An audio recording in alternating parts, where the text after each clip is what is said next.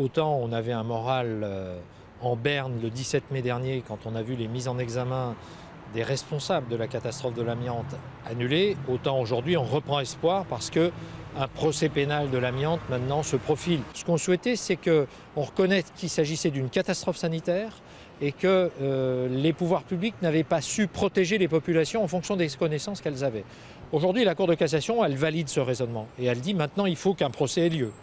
Le seul bémol qu'il y a, c'est que pendant ce temps-là, le temps dure, le temps passe, les victimes meurent et les responsables de cette catastrophe vieillissent. Et un jour, on nous dira, mais ils ne peuvent plus être jugés, certains sont déjà décédés.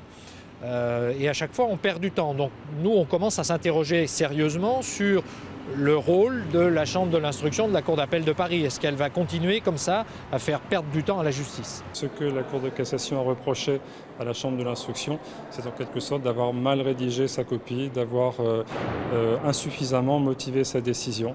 Et elle demande, en cassant l'arrêt et en renvoyant devant la Chambre d'instruction de la Cour d'appel de Paris, elle demande qu'à l'avenir, une copie parfaitement cohérente lui soit rendue. Elle était un peu surprise, comme tout le monde, de cette décision.